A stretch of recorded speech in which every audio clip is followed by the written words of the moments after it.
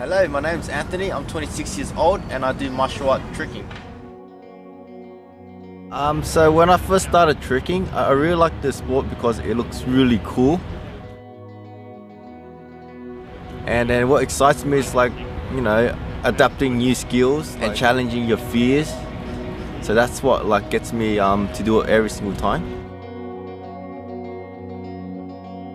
I've been asked this question so many times about what is tricking. The best way to sum it up, it's basically martial art and acrobatics combined. It started off back in the 1990s, martial artists trying to do fancy things in their forms, and it kind of evolves through there. The sport tricking did revolve around martial art when it first started.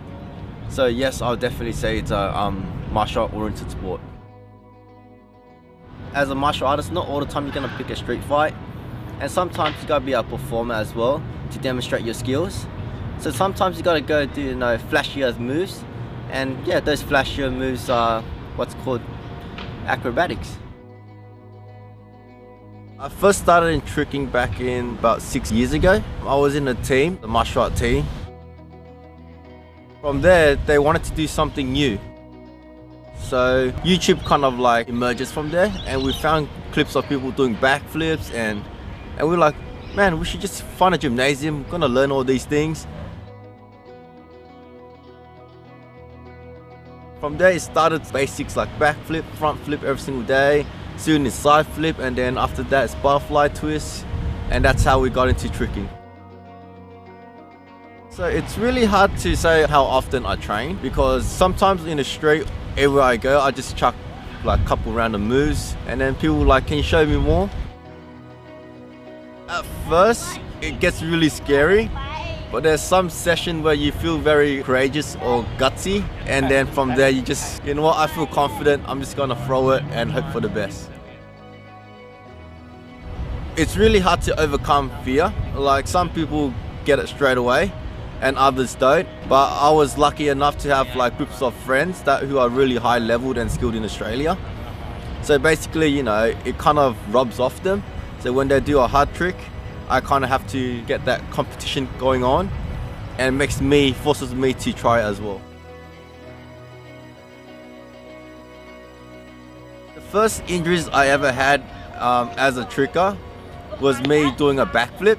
So like I said, I've started with a group of martial artists, and we didn't know how to spot a backflip.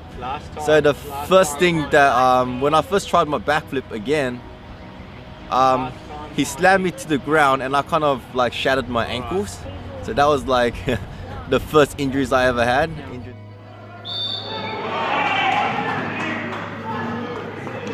So when I first got my first injury, my mom told me you're doing a dangerous sport, you're gonna get injured all the time. So sometimes women walk down in their heels and they get injured, but you're doing something cool and getting injured, you should be proud of it. It's not something you do daily that injures yourself, it's something that it's cool and you're getting injured from. Throughout your daily life, you're always gonna be in the risk of being endangered. And sometimes you just gotta have to risk to do something. And I've picked tricking as a sport, get better.